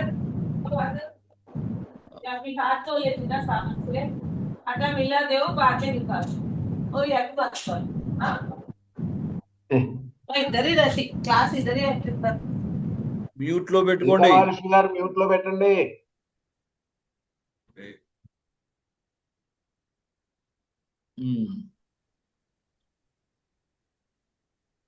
సరే, అంచేది ఏమిటంటే సకార తవర్గలు ఉద్దేశ్యము, షకార చవర్గలు విధేయం అన్నమాట. ఎప్పుడు కూడా ఉద్దేశ్యము విధేయము ఈ రెండిటికే ఈ యథాసంఖ్యము అనేది ఉంటుంది. యథాసంఖ్యముగా చెప్పడము అంటే వరుస క్రమాన్ని అనుసరించడం అనేది వేటికి చెప్తారంటే ఉద్దేశ్య విధేయములకే యథాసంఖ్యంగా అన్వయం ఉంటుందన్నమాట. అందువల్ల అవతల దేనితో పరంగా ఉండడము, దేనితో కలయిక ఉండడము దాన్ని నిమిత్తం అంటారు. అచ్చు పరంగా ఉంటే అని చెబుతున్నాడు కాబట్టి అది నిమిత్తం. అలాగే షకార చవర్కలతో కలయిక ఏర్పడితే అంచేది ఇక్కడ షకార చవర్కల నిమిత్తం. నిమిత్తానికి ఉద్దేశ్యానికి యథాసంఖ్యం ఉండదు. ఉద్దేశ్యానికి విధేయానికే యథాసంఖ్యం ఉంటుంది. అందువల్ల ఏమిటి, సకార తవర్కల స్థానంలో షకార చవర్కలు వస్తాయి. ఎప్పుడు వస్తాయంటే ఆ షకార చవర్కల్లో ఏ వర్ణముతో కలయిక ఉన్నా సరే, సకారానికి షకారంతోటే కలయిక ఉండాలని నియమం లేదు. షకారం ఉండొచ్చు, చవర్కలో ఏ అక్షరమైనా ఉండొచ్చు. రావటం మాత్రం సకార స్థానంలో షకారమే వస్తుంది. అలాగే తవర్గాక్షరాలు 5, వాటి స్థానంలో చవర్గాక్షరాలు 5 వరుసకు వస్తాయి. ఈసారి చూడండి, ఇక్కడ రామస్సు చేతే సకారానికి షకారంతో కలయిక ఏర్పడింది, సకార స్థానంలో షకారం వచ్చింది, రామశ్యేతే. అలాగే రామస్సు చినోతి చవర్గతో కలయిక ఏర్పడింది, సకార స్థానంలో షకారమే వచ్చింది, రామశ్చినోతి. సత్ చిత్ సత్ తకారం, దానికి చవర్గతో కలయిక ఏర్పడింది, తకార స్థానంలో చకారం వచ్చింది, సచ్చిత్. షార్ంగిన్ జయా షార్ంగిన్ నకారం, దానికి జకారంతో కలయిక ఏర్పడింది. ఈ నకార స్థానంలో తవర్గ పంచమాక్షరం, దానికి చవర్గ పంచరాక్షరం యా షార్ంగిన్ జయా అని. తర్వాత షార్గిన్ అంటే అర్థం ఏంటి మహోదయ? శార్ంగం, శార్ంగం చాప శార్ంగం మురారేస్తూ విష్ణువు యొక్క ఆ ధనుస్సు పేరు శార్ంగం. అది కలిగిన వాడు శార్ంగి. శార్ంగిన్ సంబోధన. శార్ంగధన్వా అంటాం. శార్ంగధనువ అంటే ఆయన విష్ణువు. శార్ంగము ధనువుగా కలవాడు, అదే శార్ంగము అనే ధనుస్సు కలవాడు. శంఖి చక్రి గది అలాగే శార్ంగి అన్నమాట. సంబోధనలో శార్ంగిన్ అన్నమాట. సరే, ఇప్పుడు కలయిక అనడం వల్ల ఏమిటంటే ఆ అక్షరము ముందు వైపు ఉన్న, వెనక వైపు, తర్వాత వైపు ఉన్న ఈ సకార తవర్గలకు షకార చవర్గలు వస్తాయన్నమాట. దానికి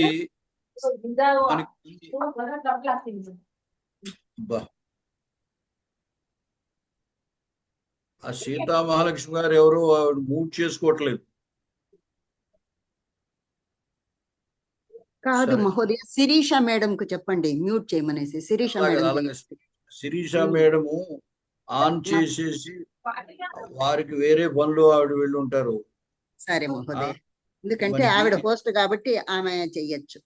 అదే కానీ ఆమె లేదనుకుంటా. సర్లేండి. छोटा उसमें डाले, वो थोड़ा ऊपर आया बेटा, और थोड़ा ये लगाई, ऊपर आ रहे बेटा, ऐसे ऐसे बढ़ाते गए और बड़ा नहीं तब है। देखने में पानी भी ज्यादा रहता, थोड़ा मट्टी नीचे डाल। फोन नंबर पानी में ही आता है, थोड़ा सा नीचे डाले तो पकड़ के रहता। अच्छा है ना?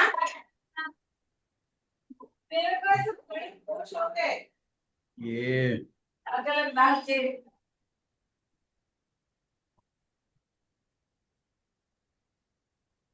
ఎందుకంటే ఇది అవి కూడా రెడీగా ఉండవు. సార్ ఫోన్ నెంబర్ ఉన్న ఫోన్ చేసి చెప్పచ్చు. అవి వాళ్ళ ఫోన్ నెంబర్ మన దగ్గర ఉంటాయా? మనకి అవన్నీ తెలియదు. ఉండండి, పార్టిసిపెంట్స్ లో ఉంటాయి. అంటే గ్రూప్ లో ఉండొచ్చు కానీ మెసేజ్ లో గ్రూప్ లో మెసేజ్ లో పెట్టేయాలండి. ఈ మెసేజ్ లో వాళ్ళు చూడొద్దు. మనం అరుస్తుంటేనే చూడట్లేదు, వింటలేదు తను. ఇంకెక్కువ మెసేజ్ ఏం చూస్తా. చాలా గట్టిగా మాట్లాడుతున్నారు బాబాయ్. మరి మనకి డిస్టర్బెన్స్ వాళ్ళు చూసుకోవట్లేదు. హిందీ అయినా వాళ్ళు అనుకుంటాను, హిందీ మాట్లాడుతున్నారు.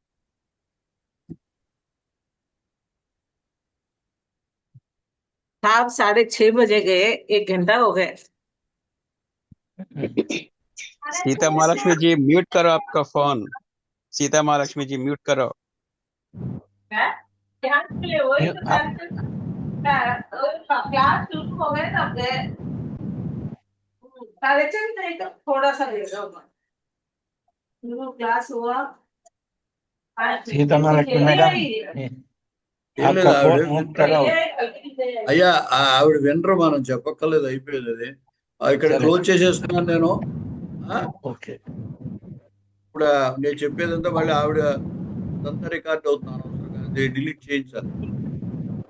సరే సరే.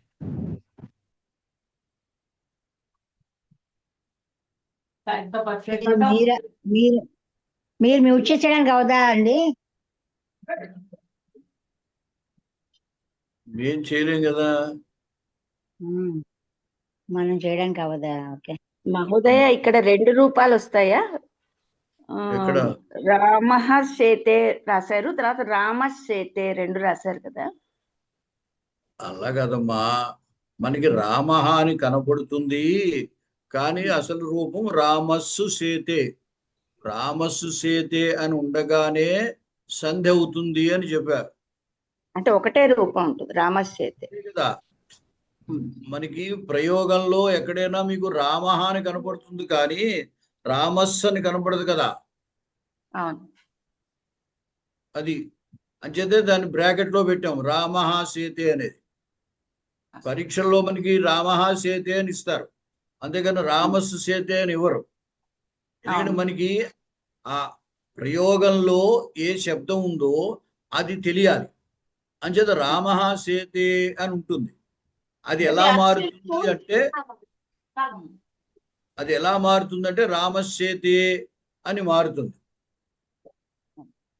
ఒకసారి ఉండండి దీన్ని.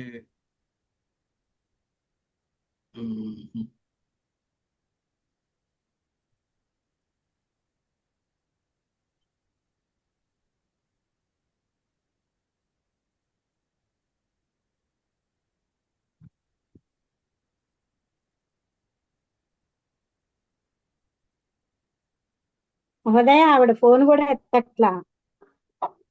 అవును మహోదయ, ఆవిడకి నేను కూడా ఫోన్ చేస్తున్నా. చేత ఎత్తట్లేదు ఆవిడ. నేను కూడా మామూలు కాల్ కూడా చేస్తున్నా, వాట్సాప్ కాల్ కాకుండా. అయినా ఆవిడ లిఫ్ట్ చేయడంలే. గురుగారు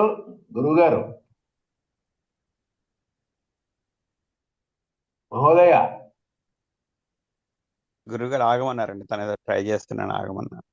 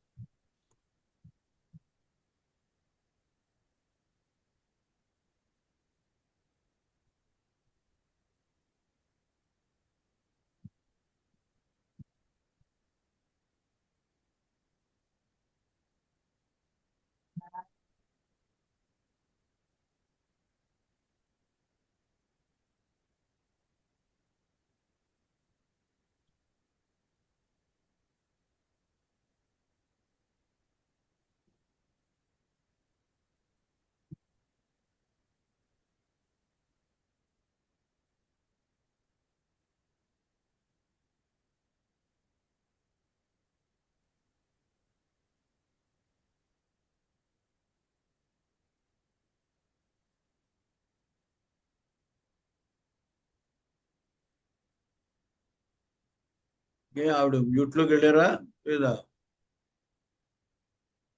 ఆవిడ పలకట్లేదు మహోదయ. ఏం వినపట్టం లేదు. సరే, ప్రస్తుతం మాటలే వినపట్లేదు కదా. అవును అవును మహోదయ. చిన్న సందేహం అండి గురూజీ. ఒక చిన్న సందేహం.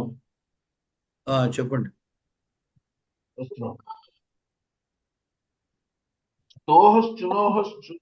స్తోహశ్చునాశ్చుహు అని సూత్రం కదండి. కట్టయిపోయింది.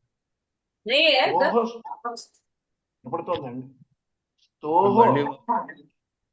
స్తోహశ్చునాశ్చుహు సూత్రం. స్తోశ్చునాశ్చుహు.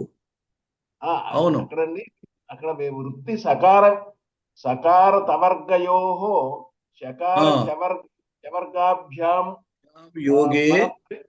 యోగే అన్నాము, కానీ పరత్వే అనకూడదండి, పరమైన అనకూడదు. అదే చెప్పారు కదా.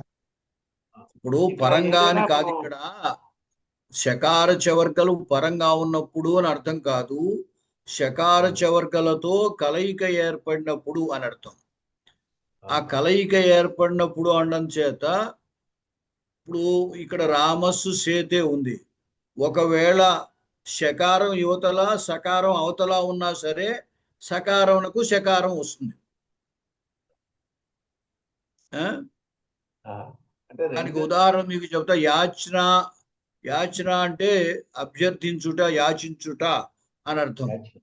అక్కడ యాచ్ ధాతు, ఈ యాచ్ ధాతువు మీద ప్రత్యయము నా, యాచ్ అనే ధాతువు మీద నా ప్రత్యయం అన్నమాట. అంచేది ఏమవుతుంది, నకారమేమో తాత అన్న తవర్కాక్షరమో అవతల వైపు ఉంది, చవర్కాక్షరమేమో యాచ్ యువతల వైపు ఉంది. అందువల్ల ఏమిటి, ఆ అవతల నకారము వెనక్కేమో చకారము శ్చుత్వం, చవర్గాక్షరం వెనక్కుంది. అయినప్పటికీ కూడా యోగం అంటే ముందైనా వెనకైనా ఎటైనా యోగమే కదా. అందువల్ల ఆ నకార స్థానంలో చవర్గ పంచమాక్షరం వస్తుంది. యాచ్యా యాచ్యా అంటారు. మనం వ్యవహరించేప్పుడు యాచ్నా అన్నా దాన్ని అనవలసింది యాచ్యా. ఇప్పుడు కావస్తే ఇక్కడ మీకు టైప్ చేసి చూపిస్తాను, చూడండి ఒకసారి. యాచ్ నా అని ఉందనుకోండి, అది ఎట్లా మారుతుందంటే యాచ్ అనేది చకారం అట్లాగే ఉంటుంది, దాని నకార స్థానంలో ఇణి వస్తుంది, వచ్చి యాచ్య అవుతుంది అనమాట. అది అంచేత అందువల్ల ఏం చెప్పారంటే సకార తవర్గలకి శకార చవర్గలతో కలయిక ఉంటే ఈ శ్చుత్వ సంధిలో, తర్వాత శ్చుత్వ సంధి దగ్గర కూడా అంతే. అక్కడ మీకు అటువంటి ఉదాహరణలు ఉన్నాయి, తెలుస్తుంది. చూడండి. యాచన అంటే ఏంటండి? యాచించడమా? యాచించుట, అభ్యర్థించుట, యాచించుట. అందులో వస్తుంది కదా ఒక మ్యాథ్స్, యాచనామోఘే వరమధిగుణే అని ఒకటి వస్తుంది. యాచనామోఘ వరమధిగుణే నాథమే లబ్ధకామా. అమ్మ మీరు మాట్లాడినప్పుడు మ్యూట్ చేయండి. ఇప్పుడు సీతామహాలక్ష్మి గారు మాట్లాడారా? అవునండి. మరి ఇందాక నుంచి మీరు మ్యూట్ లో పెట్టుకోలేదు. మీ సంభాషణలు, మీ గొడవంతా మాకు వినపడింది ఇక్కడ. లేదు, నేనేం మ్యూట్ లోనే ఉందండి నాది. ఇప్పుడే తీసాం మ్యూట్.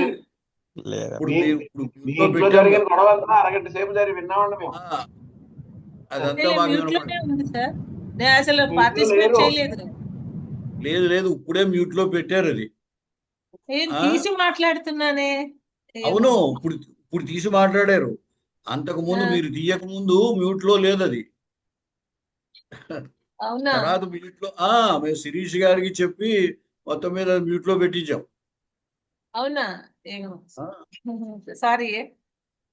ఇక్కడ అందరూ చెప్తున్నారు మీకు, మీరు వింటలేదు. మీరేమో లోపలికి వెళ్ళిపోయి ఏదో మాట్లాడుకుంటున్నారు, అది ప్రాబ్లం. మీరు హిందీ మాట్లాడతారా, తెలుగు మాట్లాడతారా? తెలుగే. ఆ పని అమ్మాయి హిందీ అమ్మాయి. అదే ఆ హిందీయే మాకు వినపడుతోంది. సరే, పోలేండి. తర్వాత అక్కడి నుంచి ఇక్కడ తేవడంలో చేయి తగిలిందేమో, అది పట్టుకొని ఇక్కడికి వచ్చాను అంటే దగ్గరికి. పోలేండి, వదిలేండి. ష్టుత్వ సంధి తర్వాత ష్టునాష్టు, ఈ పైన చెప్పిన ష్చుత్వ సంధి స్తోహశ్చునాశ్చు, ఆ ష్చుత్వ సంధిలో ఉన్న స్తోహ్ అనేది ఇక్కడ కూడా వస్తుంది అనమాట. అంటే స్తోహో ష్టునాయోగే ష్టుహు స్యాత్. స్తోహ్ అంటే సకారత వర్గయో, ష్టునా అంటే షకార టవర్గాభ్యాం యోగే, ష్టుహు అంటే షకార టవర్గౌ స్తః, సకార టవర్గయోః షకార టవర్గాభ్యాం యోగే షకార టవర్గౌ స్తః. అంటే సకార టవర్గలకు వచ్చేవి షకార టవర్గలు. ఇందాక చెప్పే కదా, ఉద్దేశ్యము విధేయము. సకార టవర్గలు ఉద్దేశ్యం, వాటికి షకార టవర్గలు వస్తాయి. షకార టవర్గలు విధేయం. అంచేత సకార టవర్గలు 6 వర్ణాలు, సకారము టవర్గ 5 అక్షరాలు, వాటి స్థానంలో షకారము టవర్గ 5 అక్షరాలు. ఇవి క్రమంగా వస్తాయి. అంటే సకారానికి షకారం వస్తుంది, టవర్గ 5 అక్షరాలకి వరుసకు టవర్గ 5 అక్షరాలు వస్తాయి. ఎప్పుడు వస్తాయి అంటే ష్టునా అంటే షకార టవర్గలతో యోగం కలయిక ఏర్పడితే. రామస్ షష్ఠ, అక్కడ చూడండి, రామస్ సకారం, దానికి షకారంతో కలయిక ఏర్పడింది. అంటే సకార స్థానంలో షకారం వచ్చింది. రామ షష్ఠ, రామ షష్ఠ అంటే మనకి రామ షష్ఠ ఎక్కడైనా ప్రయోగంలో, శ్లోకంలోనో వాక్యంలోనో కనపడింది అనుకోండి, అది ఎలా విడదీసుకోవాలి అంటే రామ షష్ఠ అని విడదీసుకోవాలి. ఎందుకంటే రామస్ అనేది ప్రయోగంలో ఉండదు ఎక్కడ. సంధి వల్ల సకారం షకారంగా మారిపోయింది. ఒకవేళ రామస్ అని మనం విడదీసుకున్నా ఆ సకారం మళ్ళీ విసర్గగా మారితే గాని రామ అవదు. అంచేత ఇది మనకి తెలుస్తుంది అన్నమాట. బ్రాకెట్లో ఎందుకు ఇచ్చామంటే రామ అనేదే మనకి ప్రయోగంలో, వాక్యాల్లో, సంస్కృతంలో కనపడుతుంది. కాబట్టి రామషష్ఠ అనేది రామ షష్ఠ అని కనపడుతుంది అనమాట. కానీ వస్తుతః అక్కడ అసలు జరిగేది ఏమిటి అంటే రామస్ అని సకారం ఉన్న సమయంలోనే అవతల షష్ఠ ఉండడం చేత ఆ దశలోనే సకారానికి షకారం వచ్చేస్తుంది. ఇంకా మళ్ళీ సకారానికి రేభ విసర్గ రామ అయ్యి ఆ విసర్గకి మళ్ళీ షకారం రావడం కాదు. రామస్ అని ఉండగానే సకారానికి షకారం వస్తుంది అనమాట. అది మనం గ్రహించాలి. అది తెలుసుకోవడం కోసమనే ఈ బ్రాకెట్లో ఆ విసర్గతో ఉన్నది ఇవ్వడం జరిగింది. గురువు గారు, ఆ పైన బ్రాకెట్ ఒకటి లోపం ఉంది సార్. రామ దగ్గర బ్రాకెట్ ఉండాలి కదా, అక్కడ అదే ఒకటే బ్రాకెట్ పడింది. ఒకటే ఉంది రామశ్చినోతి దగ్గర. సరే, ఓకే. తర్వాత అలాగే రామస్ టీకతే అని. టీకతే అంటే టీకురు గతవు అనే ధాతు. టీకతే అంటే వెళ్ళుచున్నాడు అని అర్థం. మీరు ఎప్పుడైనా ఆ చిన్న చిన్న పుస్తకాల్లో శ్లోకాలకి పద్యాలకి టీకా అంటూ ఉంటారు. టీకా తాత్పర్యములు అని విన్నారా? టీకా తాత్పర్యములు అంటారు. ఆ టీకా తాత్పర్యం ఆ టీకా అంటే అదే. అంటే ఆ శ్లోకాలు లేదా పద్యాలతో కూడా అది వెళుతుంది అంచేత దానికి టీకా అని పేరు పెట్టారు. మనం చేతులకు వేయించుకునే టీకా కాదు. రామస్ టీకతే, సకారానికి షకారం వచ్చింది. రామస్ టీకతే, ఇది కూడా ప్రయోగంలో మనకి రామ టీకతే అని కనపడుతుంది అనమాట. ప్రయోగంలో అలా ఉండొచ్చు, రామస్ టీకతే ఉండొచ్చు. రామస్ టీకతే ఉన్న చోట మనం విసర్గగా రామ టీకతే అని విడదీసుకోవాలన్నమాట. కానీ సంధి మాత్రము సకారం ఉన్న సమయంలోనే సంధి అయిపోతుంది. సకారానికి షకారం అవుతుంది అనమాట. భాషలో ఎప్పుడు కూడా ఈ సంధి అనేది మాట్లాడే భాషకు చెప్పబడింది. వ్యాకరణంలో సంధులన్నీ కూడా ఏ ఉద్దేశంతో చెప్పారంటే మాట్లాడే భాష. మాట్లాడేటప్పుడు మనం మళ్ళీ వెనక్కి తీసుకోవడం కుదరదు కదా. రామస్ అనేసేగా మళ్ళీ ఆ సకారానికి షకారం వచ్చింది, రామష్ అని అనడం కుదరదు. కాబట్టి అది ఏం రాబోతోందో దాన్ని అమలు చేసే మాట్లాడాలన్నమాట. కాబట్టి రామషష్ఠ అని అంటారు. అయితే రామషష్ఠ అన్నప్పుడు మనం అర్థం ఏం చేసుకోవాలి? ఇక్కడ షకారం ఉందంటే సకార స్థానంలో షకారం వచ్చింది. ఈ సంధి చెయ్యకపోతే ఏముంటుంది? రామ విసర్గ ఉంటుంది.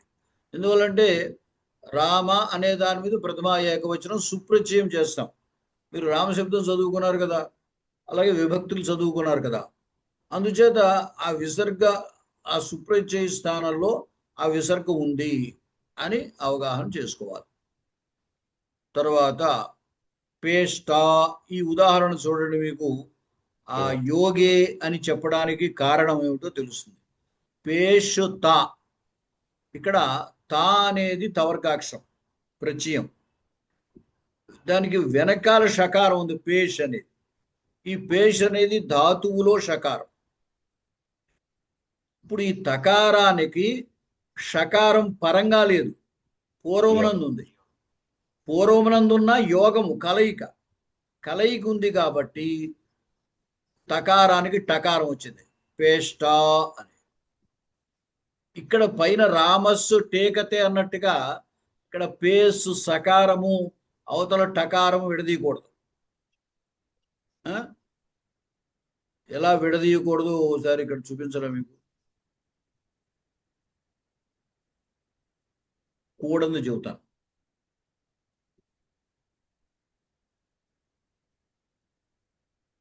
పేసు టా ఇట్లా విడదీయకూడదు. ఎందువల్లంటే ధాతువు పేస్ అనే ధాతువు లేదు, ధాతువు పిష్ ధాతువు. ఈ పిషే పేష్ అవుతుంది. అంటే ధాతువు పిష్ అనేది ఉంది కాబట్టి, అలాగే టా అనేది ఇక్కడ ప్రత్యయము లేదు, తా ప్రత్యయం ఉంది. తా అనేది ప్రత్యయం ఉంది, పేష్ అనేది ధాతువు ఉంది. కాబట్టి పేషు తా అనే విడదీయాలే కానీ ఈ సకారాన్ని ఇక్కడ పేసు టా అని విడదీసి టవర్క్ ఉంది కాబట్టి సకారానికి షకారం వచ్చింది అని అనుకోకూడదు. అది కూడదు కాబట్టి తీసేస్తాం. సరే, పేషుతా పేష్టా, మనం పేస్ట్ వాడుతున్నాం కదా, అంటే టూత్ పేస్ట్ వాడుతున్నాం కదా. ఆ టూత్ పేస్ట్ తయారు చేసేవాడిని పేస్టా అనాలి. టూత్ పేస్ట్ తయారు చేసేవాడిని పేస్ట్ అవ్వాలి. లేకపోతే మన గ్రైండర్ ఉంది కదా, మిక్సర్ గ్రైండర్ పిండి చేస్తాయి కదా, ఆ గ్రైండర్ ని పేస్టా అనాలి. తర్వాత పిండి చేస్తుంది, పిండి చేయడం, అంతే పిండి చేయడం. తర్వాత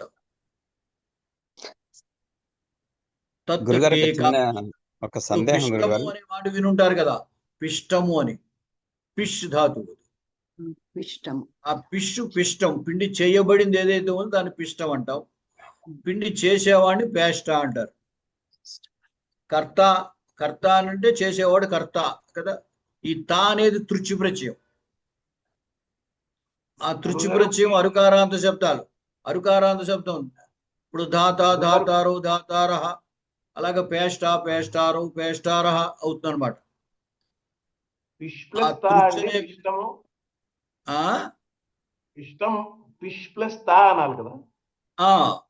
పిష్టం అన్నప్పుడు పిష్ ప్లస్ తా, అది నపూంసలింగం కాబట్టి పిష్టం అంటాం. ఇది అక్కడ ఆ తా ప్రత్యయము కర్మార్థంలో వచ్చే తా ప్రత్యయం. ఇక్కడ తా అనేది తృచ్చు ప్రత్యయం, ఇది కర్తృర్థంలో వచ్చే తృచ్చు ప్రత్యయం, అరుకారాంత శబ్దం అన్నమాట. పేష్ట్రు శబ్దం.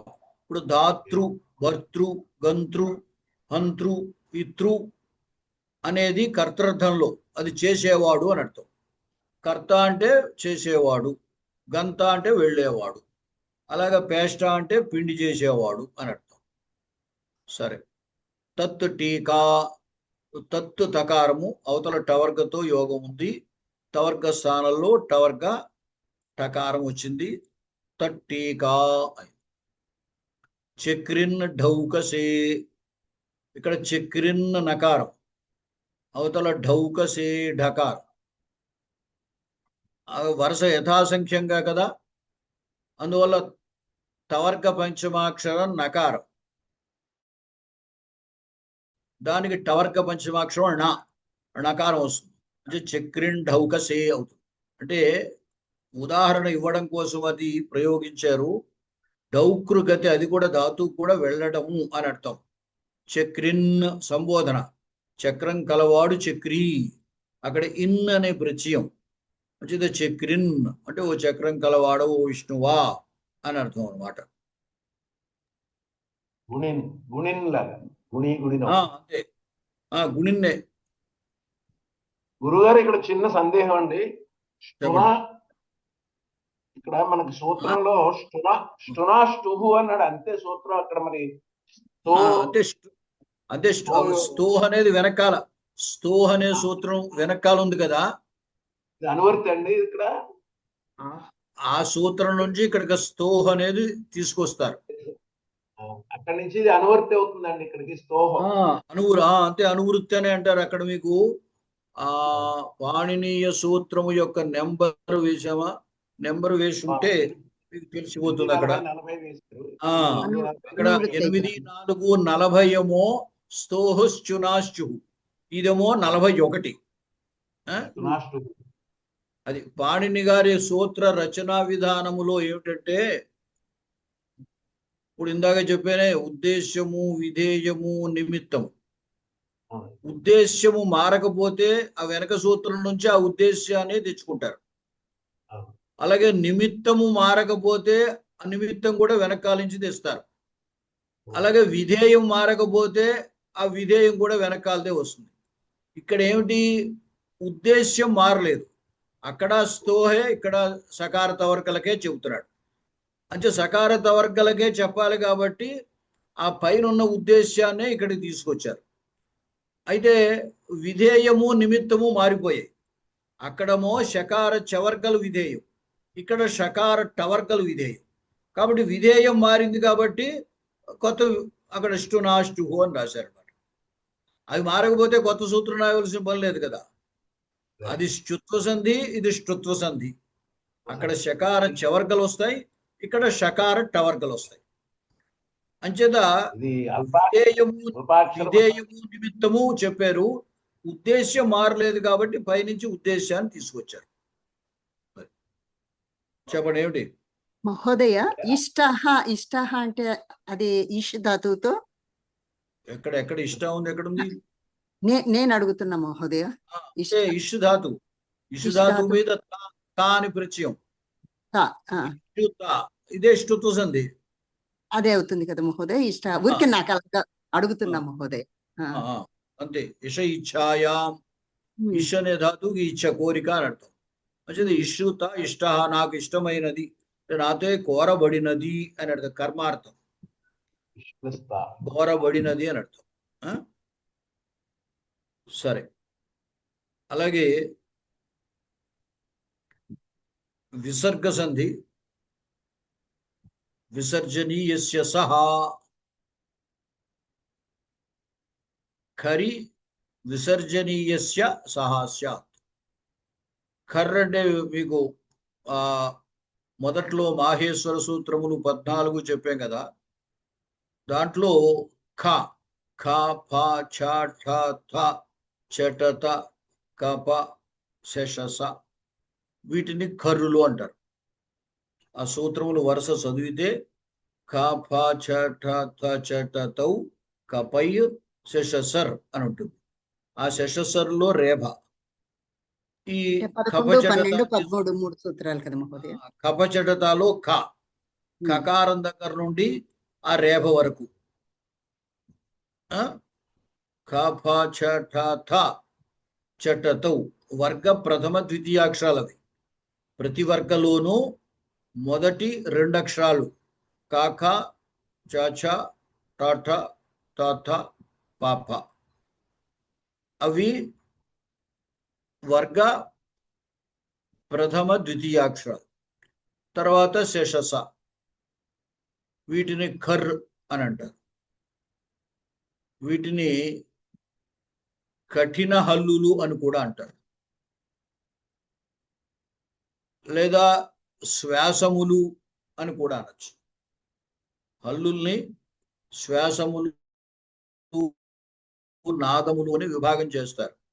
వర్గ ప్రథమ ద్వితీయాక్షరాలు ఈ శేషస అనేవి శ్వాసములు.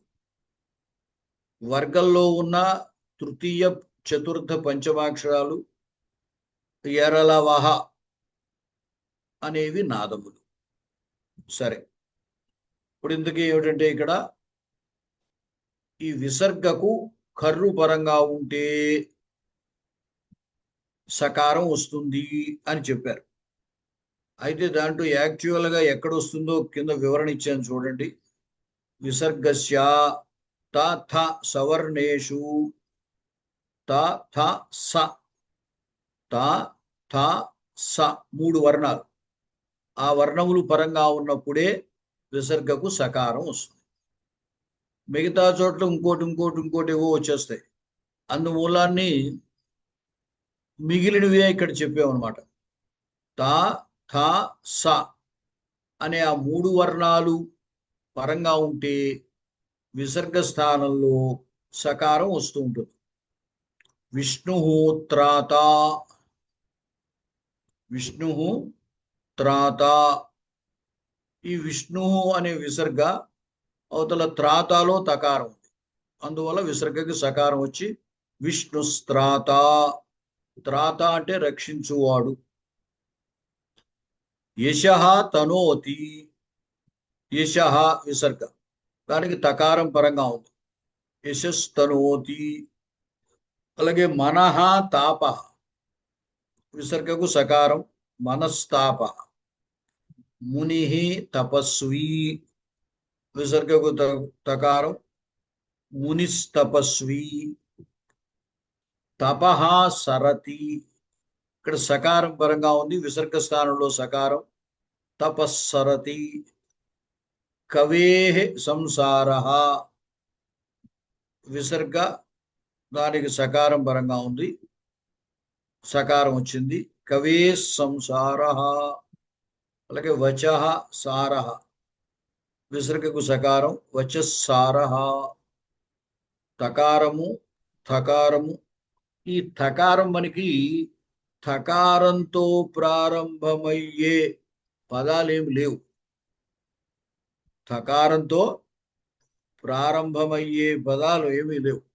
ఎక్కడైనా శబ్దాల యొక్క ప్రక్రియలో కానీ ధాతువుల ప్రక్రియలో కానీ మధ్యలో ఎక్కడైనా తగిలినప్పుడు దీని యొక్క అవసరం వస్తుంది.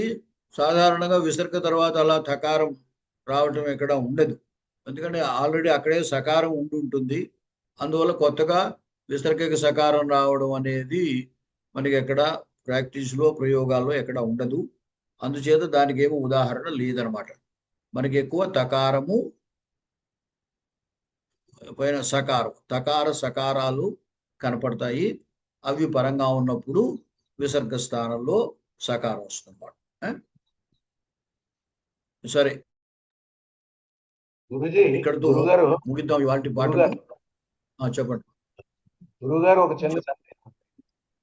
అడగండి. విసర్జనీయస్య సహా అన్నప్పుడు ఖరి అని మనం ఎక్కడి నుంచి తెచ్చుకుంటాం? ప్రీవియస్ సూత్రంలో చూడండి. అదే ఈ ఖరి అనేది, అందుకోసమే దాని అర్థం అక్కడ రాసుకోవడం. సూత్రములో ఖరి అంటే ఇంతకు ముందు ఎక్కడో వెనకాల సూత్రంలో ఖరి ఉందన్నమాట. ఖరి పరంగా ఉండగా ఇప్పుడు ఈ పాణిని సూత్రాల్లో ఇందాక చెప్పాను కదా, ఖరి అనేది కర్ర పరంగా సప్తమి. ఆ సప్తమి అంటే నిమిత్తం. అంటే దీని వెనకాల సూత్రంలో ఆ ఖరి ఆల్రెడీ చెప్పి ఉన్నారన్నమాట. అది ఇక్కడ మనకి అవసరం లేదు, ఆ సూత్రం ఇక్కడ ఇవ్వలేదు. అందువల్ల అక్కడి నుంచి ఇక్కడికి తెచ్చుకుంటాం. అంచేతనే ఆ వివరణ అక్కడ ఇవ్వటం. సూత్రంలో లేదు. సూత్రంలో ఉంటే ఇబ్బంది లేదు. సూత్రంలో లేని పదాలని అది ఉద్దేశ్యము, విధేయము, నిమిత్తము అని 3 చెప్పాను కదా. అంచేది ఈ నిమిత్తము ఖరి అనేది వెనకాల సూత్రంలో ఉందన్నమాట. మళ్ళీ అదే నిమిత్తం ఉంది కాబట్టి ఇంకోసారి చెప్పరు. సరే, ఇది ఎందుకంటే ఈ అర్థములు వివరించినటువంటిది కౌముది అని ఒక గ్రంథం ఉంది. భట్టోజీ దీక్షితులు వారు రాసింది వైయాకరణ సిద్ధాంత కౌముది అని గ్రంథం ఉంటుంది. దాంట్లో విషయాన్ని బట్టి ప్రకరణాలు విభాగం చేశారు. సంధులకు సంబంధించినవన్నీ ఆ సూత్రాలు పట్టుకొచ్చి ఈ సంధి ప్రకరణలో చెప్పారు. పాణిని రచించిన సూత్రముల యొక్క వరుస వేరు. అందుచేత దీని వెనకాల సూత్రం ఏమిటి అనేది పాణిని రాసిన అష్టాధ్యాయిలో చూస్తే గానీ మనకు తెలియదు. అవునండి. సరే, సిద్ధాంత కౌముదిలో మహోదయ ఆ, అప్పుడు విసర్గ సంధి ఇచ్చినప్పుడు విసర్గ మెయిన్ కాబట్టి విసర్గ సంధి అని రాసి అందులో గుణ సంధి సవర్ణ సంధి వస్తే అప్పుడు అవి తర్వాత రాయాలి కదా. తర్వాత రాయడేటి అంటే ఇప్పుడు విసర్గలోనే గుణ సంధి కూడా వస్తాయి కదా, సవర్ణ దీర్ఘ సంధి. వస్తే రావచ్చు. గుణ విసర్గ గుణ సంధి సవర్ణ దీర్ఘ సంధి అని కూడా మనం వివరించాలి కదా.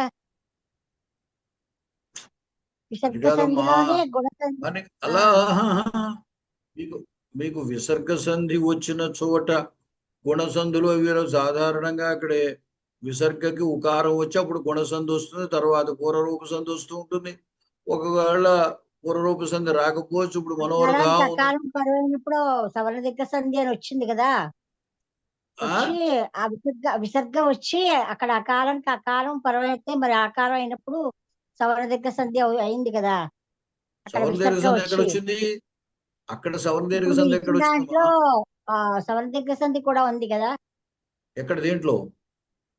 ఇప్పుడు మీరు ఇచ్చిన దాంట్లో ఇచ్చిన దాంట్లో సవర్ణ దీర్ఘ సంధి ఉండదు. సవర్ణ దీర్ఘ సంధి లేదు దాంట్లో. చూడండి, సప్తాహ అనేదో ఇచ్చారు కదా, అందులో లేదా? ఏవి ఇచ్చినా అక్కడ సవర్ణ దీర్ఘ సంధి ఉండదు. మీకు ఉండే సంధుల్లో ఎక్కడ మనోరథ శివోహం అటువంటి చోట విసర్గ అని చెబుతాము. దానికి అక్కడ ఉకారం వచ్చాక గుణం వస్తుంది. కొన్ని చోట్ల గుణం వచ్చాక పూర్వరూప సంధి వస్తుంది. కొన్ని చోట్ల గుణంతో ఆగిపోతుంది. అంతే తప్ప సవర్ణ దీర్ఘ సంధి ఏం రాదు. మనం ఇవాళ చెప్పుకున్న దాంట్లో కూడా సవర్ణ దీర్ఘ సంధి ఎక్కడా లేదు.